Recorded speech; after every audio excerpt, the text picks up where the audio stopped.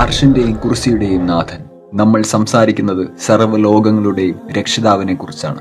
അൽഹംദുലില്ലാഹി റബ്ബിൽ ആലമീൻ. നമ്മൾ സംസാരിക്കുന്നത് മുഴുവൻ യൂണിവേഴ്സിനെയും അതിനു മുകളിലുള്ളതിന്റെയും എല്ലാം നാഥനായ സർവ്വലോക രക്ഷിതാവിനെ കുറിച്ചാണ്.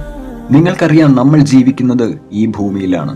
നമ്മൾ അത്ഭുതത്തോടുകൂടെ തന്നെയാണ് ഈ ഭൂമിയെ നോക്കിക്കാണുന്നത്. തീർച്ചയായും ഇത് വളരെ മനോഹരമായിട്ട് തന്നെയാണ് സൃഷ്ടിക്കപ്പെട്ടിരിക്കുന്നത്. ബില്യൺസ് ഓഫ് പീപ്പിൾ ആണ് ഈ ദുനിയാവിൽ ഈ നിമിഷം ജീവിച്ചുകൊണ്ടിരിക്കുന്നത്. 8 ബില്യണിലധികം ആളുകളാണ് ഈ സെക്കൻഡ് ഇവിടെ ജീവിച്ചുകൊണ്ടിരിക്കുന്നത്. ഈ ഭൂമിയിലെ ഒഴിഞ്ഞുകിടക്കുന്ന സ്പേസിൽ പോലും ബില്യൺസ് ഓഫ് ആളുകളെ നമുക്ക് ഉൾക്കൊള്ളിക്കാൻ സാധിക്കും. എന്നാൽ ഈ ഭൂമി അല്ലാഹു സുബ്ഹാനഹു വ തആലയുടെ പുറത്തുള്ള മറ്റു സൃഷ്ടികളെ വെച്ച് താരതമ്യപ്പെടുത്തുകയാണെങ്കിൽ നമുക്ക് എന്താണ് കാണാൻ സാധിക്കുന്നത്? അല്ലാഹു സുബ്ഹാനഹു വ തആലയെ സംബന്ധിച്ചിടത്തോളം ഈ ഭൂമി അത് വളരെ വളരെ വളരെ ചെറുതാണ്. എന്തിന്? നമുക്ക് സൂര്യനുമായിട്ടൊന്ന് കമ്പയർ ചെയ്ത് നോക്കാമല്ലോ. സൂര്യൻ ഒരു നക്ഷത്രമാണ്. നിങ്ങൾക്ക് സയൻസ് എന്നേക്കാളും നന്നായിട്ട് അറിയാമല്ലോ. ഈ ഭൂമി എന്ന ഗ്രഹം എടുത്തിട്ട് സൂര്യനിൽ ഒന്ന് വെച്ച് നോക്കൂ. അപ്പോൾ നമുക്ക് മനസ്സിലാക്കാം 1.3 മില്യൺ എർത്ത് പ്ലേസ് ചെയ്യാനുള്ള സ്പേസ് സൂര്യനിൽ ഉണ്ടെന്ന്. 1.3 million earth in the sun. അല്ലാഹു അക്ബർ. സൂര്യൻ ഒരു നക്ഷത്രം, അത് ഒരു നക്ഷത്രം മാത്രമാണ്. എന്നാൽ അതേപോലെ നിരവധി നക്ഷത്രങ്ങൾ പുറത്തുണ്ട്. എന്നാൽ അവയെല്ലാം തന്നെ സൂര്യനേക്കാൾ ലക്ഷം ഇരട്ടി വലിപ്പമുള്ളതാണ്.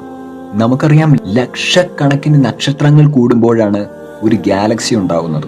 എന്നാലോ ഈ ഗാലക്സിക്ക് പുറത്തോ കോടിക്കണക്കിന് ഗാലക്സികളാണ് അതിനു പുറത്തുമുള്ളത്. സുഹൃത്തെ, നമ്മൾ മുകളിലേക്ക് നോക്കുമ്പോൾ കാണുന്നതുണ്ടല്ലോ, ആകാശവും ഗ്രഹങ്ങളും നക്ഷത്രങ്ങളും കോടിക്കണക്കിന് ഗാലക്സികളും എല്ലാം തന്നെ, ഇവയെല്ലാം തന്നെ ഒന്നാം ആകാശത്തിന്റെ താഴെ വരുന്നത് മാത്രമാണ്.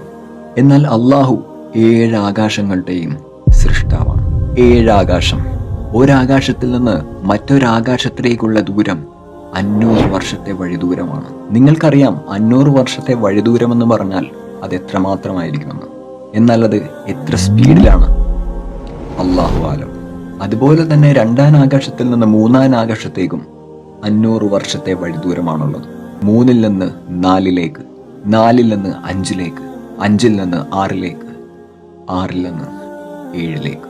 ഓരോ സമയവും 500 വർഷത്തെ വഴിദൂരം. 7-ാമത്തെ ആകാശം കഴിഞ്ഞ് വസിയ കുർസിയുഹു സമാവാതി വൽ അർള്. ഖുർആനിലെ ആയത്തുൽ കുർസി എന്ന ഭാഗം വളരെ പ്രസക്തമാണ്. ഈ 7 ആകാശങ്ങളും കഴിഞ്ഞ് അള്ളാഹുവിന്റെ കുർസിയാണ് നിലനിൽക്കുന്നത്. നമ്മൾ മുമ്പ് പറഞ്ഞ 7 ആകാശങ്ങളുണ്ടല്ലോ, അത് അള്ളാഹുവിന്റെ കുർസിയുമായിട്ട് താരതമ്യപ്പെടുത്തി നോക്കുകയാണെങ്കിൽ ആ 7 ആകാശങ്ങളും ഒന്നുമേയല്ല. നമുക്ക് ചെറിയ രീതിയിലൊന്ന് മനസ്സിലാക്കാൻ വേണ്ടി പ്രവാചകൻ നബി സല്ലല്ലാഹു അലൈഹി വസല്ലമ ഒരു ഉദാഹരണം തന്നിരിക്കുന്നു. നമ്മൾ വിരലിൽ ധരിക്കുന്ന ഒരു മോതിരം എടുക്കുക, നമ്മുടെ കയ്യിലെ ചെറിയൊരു മോതിരം, എന്നിട്ടത് മരുഭൂമിയിൽ കൊണ്ടുപോയി ഇടുക. ഒരു വലിയ മരുഭൂമി, ഓക്കെ, നമുക്ക് സഹാറ മരുഭൂമി തന്നെ എടുക്കാം. നമ്മൾ കൊണ്ടുപോയിട്ട് മോതിരത്തിന്റെ വലിപ്പവും ആ സഹാറ മരുഭൂമിയുടെ വലിപ്പവും തമ്മിൽ ഒന്ന് കമ്പയർ ചെയ്ത് നോക്കിക്കേ. മോതിരം ഒന്നുമേയല്ല, അല്ലേ? 7 ആകാശങ്ങളാണ് നമ്മൾ കൊണ്ടുപോയിട്ട മോതിരം. എന്നാൽ ആ സഹാറ മരുഭൂമിയാണ് അള്ളാഹുവിന്റെ കുർസി. അല്ലാഹു അക്ബർ. അള്ളാഹു വലിയവനാണ്. ഇനി അള്ളാഹുവിന്റെ കുർസിയും കഴിഞ്ഞ് മുകളിൽ എന്താണ്? അള്ളാഹുവിന്റെ അർഷാണ്, അള്ളാഹുവിന്റെ സിംഹാസനം. ഇവിടെയും റസൂലുള്ളാഹി സ്വല്ലല്ലാഹു അലൈഹി വസല്ലം ഒരു ഉദാഹരണം തരുന്നു. നമ്മൾ നേരത്തെ പറഞ്ഞ അതേ ഉദാഹരണം. ഒരു മോതിരം എടുക്കുക, മരുഭൂമിയിൽ കൊണ്ടുപോയിടുക.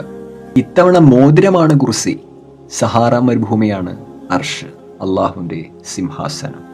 കുർസിയെ അർഷുമായിട്ട് താരതമ്യപ്പെടുത്തി നോക്കിയാലോ, കുർസി ഒന്നുമേ അല്ല, നത്തിങ്.